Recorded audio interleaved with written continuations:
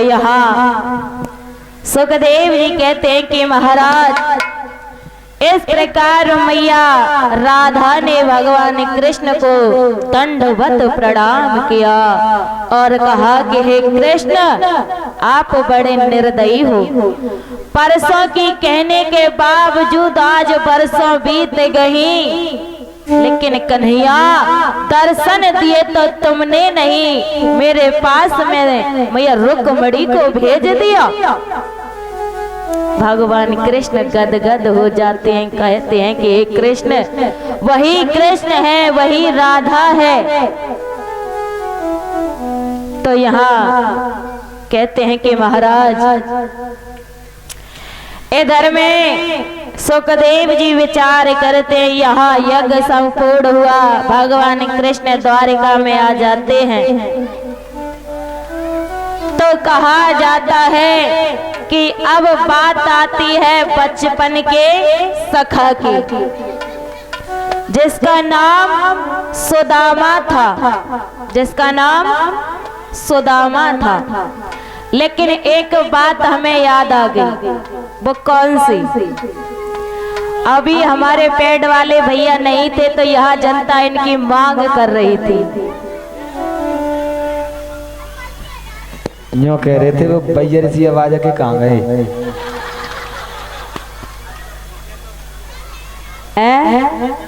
कोई कोई तो ये कहवे कि ये पेड़ वाले भैया तो ऐसा लगे कि पोपले है का। मुंह में दांत दे, वो मुंह में भैया देखे देख ले। तो यहाँ कहते हैं कि महाराज एक बात याद आ गई कि हम एक बार इधर झांसी में भागवत कर रहे थे, झांसी में भागवत चल रही थी, वो भी अंडा नगर में। तो एक भक्त शाम को मिलने के लिए आ जाते हैं और सब स्टाफ बैठा था, शाम को कमरे में अपनी वार्तालाप हो रही थी। एक मिलने वाले भैया पहुंच जाते हैं शाम को, उनसे कहा कि भैया आप ये बताओ कितना प्रेम करते हो, आप कितना प्रेम करते हो? वो कहते हैं कि भैया गुरुजी कि हम इतना प्रेम करते हैं कि पैदल मैया करौली के दर्शन करने के लिए जाते हैं। लेकिन वो ठीक है, आप इतना प्रेम तो करते हो। अब बात आती है शाम को सब लोग प्रसाद ग्रहण कर रहे थे। जब प्रसाद ग्रहण कर रहे थे तो भैया हमारे ऐसे ही बैठे थे। उन्होंने कहा चलो आप कैला देवी से इतना प्रेम करते हैं तो हम भी देखते हैं कि हमसे कितना प्रेम करते हो। उसी समय कहने लगे कि आप हमसे प्रेम करते? बोले हाँ। करते हो ना? बोले हाँ। कि जो मैं दूंगा वो खा लोगे? अब सटपट आ गया। अब विचार करते हैं कहीं इन्होंने हमें कुछ दे दिया तो कहीं हम मर ना जाए। विचार करते हैं कहीं इन्होंने हमें कुछ दे दिया तो पागल ना हो जाए। अगर कहीं इन्होंने कुछ दे दिया, अगर हमने खाया भी नहीं या मुंह में हिटक गया जो गले से नीचे नहीं उतर पाया तो हंसी हो जाएगी, क्योंकि वहाँ उस फैमिली भी मौजूद थी जहाँ हम विराजमान थे और हम सब बैठे हुए वार्तालाप कर रहे थे। अब विचार करते हैं, एक बार कह देते हैं कि हाँ मैं खा लूंगा, फिर कहते मैं नहीं खाने वाला। क्यों? अब जो वहां बैठे थे उनकी धर्म पत्नी बैठी थी, उनके भैया की भी बहू बैठी हुई थी, बेटियां भी थी। उनसे कहा कि पहले इनको दे दो, पहले इनको दे दो तो मैं खा लूंगा। यानी उन्हें वो प्रिय नहीं थे, वो उनसे ज्यादा अपने प्राण प्रिय थे। हमने कहा भैया हमें दे दो, हम खा लेंगे। अब बोले हाँ ये बात सही है, आप खा लो। आप बताओ ये हमसे क्या खाक प्रेम करते हैं? ये दिखावट मत करो, ये दिखावट मत करो। अगर करना है तो तन मन धन से करो। कहा जाता है कि दिखावट भोले बाबा ने जब कपट किया तो मैया पार्वती ने नारद मुनि से कहा, तो नारद मुनि कहने लगे मैया आजकल संसार में बनावटी प्रेम हो गया है, लेकिन वो तो बनावटी प्रेम भोले बाबा के पास था, लेकिन हमने भी कलयुग में देख लिया कि बनावटी प्रेम भी होते हैं। कह तो देते हैं भगवान 10 रुपया प्रसाद बांट दूंगो, तू मेरी बेटा की नौकरी लगा दियो। जी भगवान वो रिश्वत दे रहे। और आपने देखा होगा जब आरती होती है तो कह देंगे तेरा तुझको अर्पण और क्या लागे मेरा। जब प्रसाद बेटे बटे ना तब देखो तू हट जा मोला लंदा पहले। फिर तो भगवान की आरती तो बहुत दूर गई, परिक्रमा भूल जाते हैं क्या मना काय के लिए आए। कुछ छड़ के लिए बोल देंगे हे ठाकुर जी तेरा तुझको अर्पण और क्या लागे मेरा। उसी समय कहते हैं कि तेरा तुझको नहीं अर्पण वो लागे सब मेरा, ऐसा कहते हैं कलयुग में। धन्य हो। तो यहाँ कहते हैं कि महाराज इधर में सुखदेव जी कहने लगे हे राजन, अब भगवान के बचपन के सखा मित्र सुदामा थे। वो सुदामा कौन थे? गोलोक धाम के एक नौकर थे भगवान के दरवाजे के।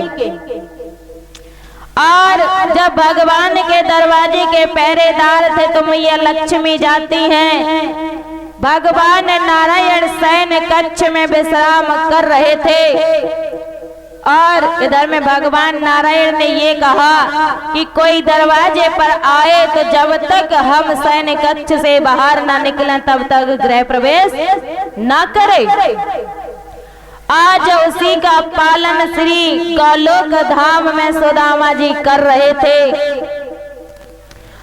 इधर में मैया लक्ष्मी आ जाती है। उसी समय श्राप दे दिया कि जाओ, आपने मुझे नारायण से नहीं मिलने दिया, आप मेरे भगवान से दूर हो जाओ। उसी समय में नारायण आ जाते हैं, कहने लगे ये क्या कर दिया देवी आपने।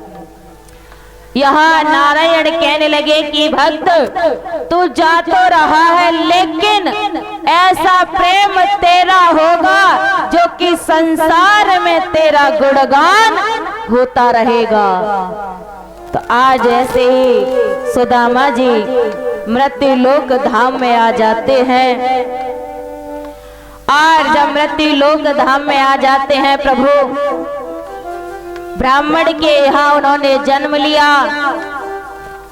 अब धीरे धीरे जैसे ही 5 वर्ष के हो जाते हैं, मैयाओं ने गुरुकुल में जाकर के उनका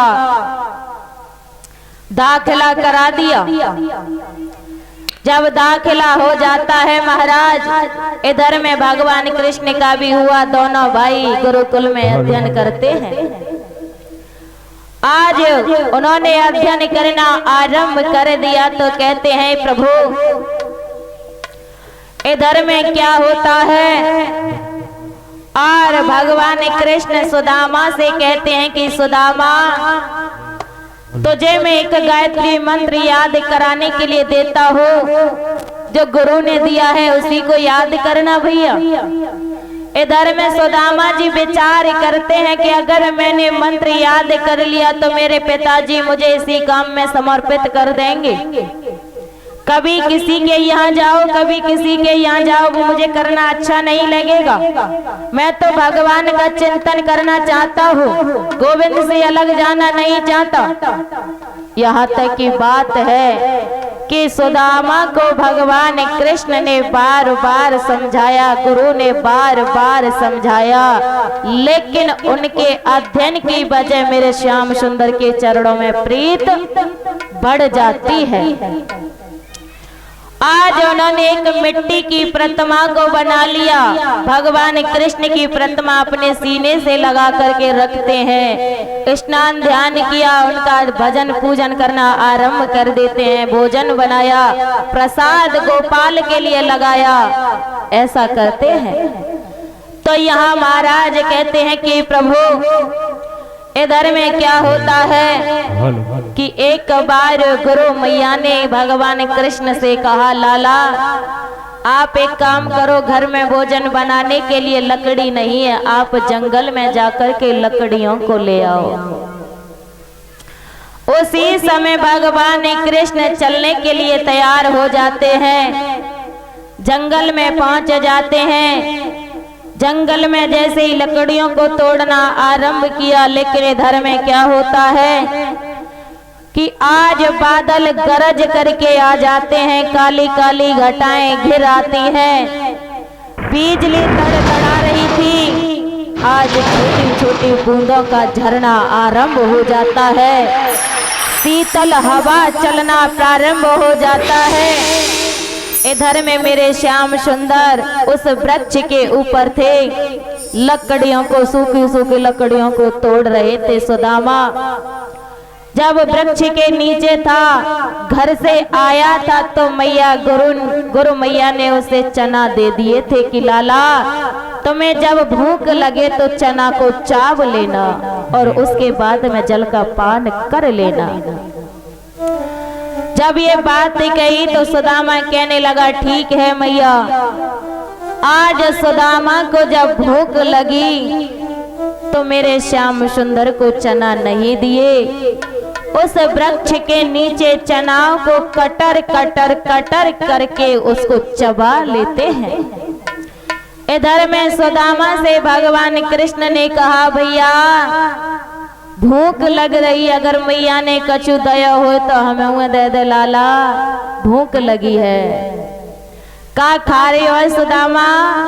सुदामा कहने लगे, लाला तो खाए वो दी से कन्हैया, तो नहीं मालूम इतनी शीतल हवा चल रही है, झरना पड़ रहा है, कन्हैया सर्दी में बदन कप रहा है, दांत कटर कटर कर रहे हैं, तुझे लग रहा है कि कन्हैया मैं कुछ खा रहा हूँ। उसी समय मेरे श्याम सुंदर ने कितना सुंदर शब्द कहा कि हे सुदामा,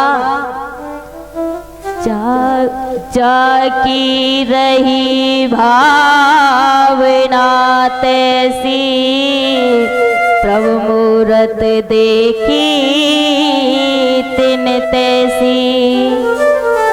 आज भगवान कृष्ण का स्वरूप देख रहे हैं। उसी समय कृष्ण कहने लगे कि हे सुदामा, के गुर से कपट मित्र से चोरी, गुर से कपट मित्र से चोरी, जय होए मेरे धन जय होए कोरी।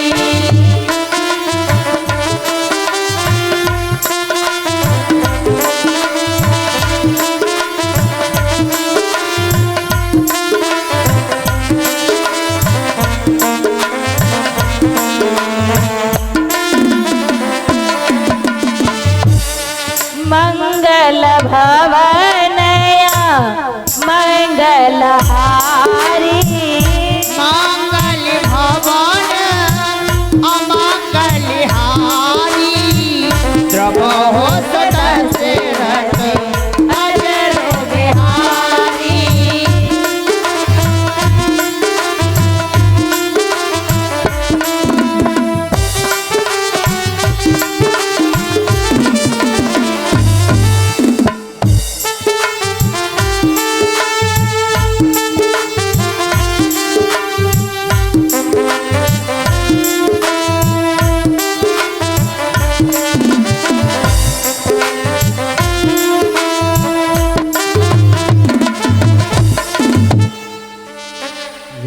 इस प्रकार भगवान कृष्ण ने कहा, सुदामा इधर में बारिश बंद हो जाती है, हवा चलना बंद हो जाता है। उसी समय लकड़ियों को एकत्रित करके भगवान कृष्ण और भैया सुदामा गुरुकुल में आ जाते हैं।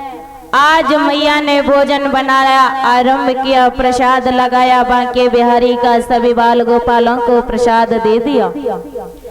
सभी ने प्रसाद ग्रहण किया। तो यहाँ कहते हैं कि महाराज एक बार की बात है, इधर में भगवान कृष्ण कहने लगे, इधर में विद्या में निपुण हो जाते हैं। गुरु से कहा तो गुरु ने आशीर्वाद दिया। उसी समय कहने लगे कि हे स्वामी आप एक बात बताइए कि जब तक गुरु अपनी शिक्षा को देता है और हम दक्षिणा नहीं देते तब तक उसकी शिक्षा हमारे ऊपर असर नहीं करती है। तो स्वामी आप हमसे दक्षिणा मांग लीजिए। आपने हमें विद्या में निपुण तो करा दिया, लेकिन आप दक्षिणा नहीं लोगे तो हमारी विद्या किस काम की? आप दक्षिणा मांगिए ना स्वामी। उसी समय गुरु जी कहने लगे कि हे गुरुवर दक्षिणा मांग लीजिए। गुरु जी कहने लगे कि हे कृष्ण आप क्या दक्षिणा देना चाहते हो? अगर दक्षिणा देना ही चाहते हो तो एक दक्षिणा में एक वरदान दे दो। बोले क्या? इधर में जो गुरु संदीप का एक पुत्र था उसको दैत्य ले जाता है और ये कहा जाता है कि उसने जो समुद्र में दैत्य रहता था वो निगल गया। संदीप ने गुरु के बेटे को जो समुद्र में दैत्य रहता था वो उस पुत्र को निगल जाता है। तो यहाँ कहते हैं कि महाराज इधर में विचार करते हैं। जब भगवान कृष्ण से कहा तो भगवान कृष्ण कहने लगे गुरुजी यथास्तु ऐसा ही होगा। मैं आपके पुत्र को ला करके ही रहूंगा। जब तक आपका पुत्र वापस नहीं लाके दूंगा तब तक मैं नहीं जाऊंगा। आज गुरु संदीप से पूछा, उन्होंने कह दिया। उसी समय आज भगवान कृष्ण समुद्र के पास में पहुंच जाते हैं और समुद्र से कहा कि हे समुद्र देव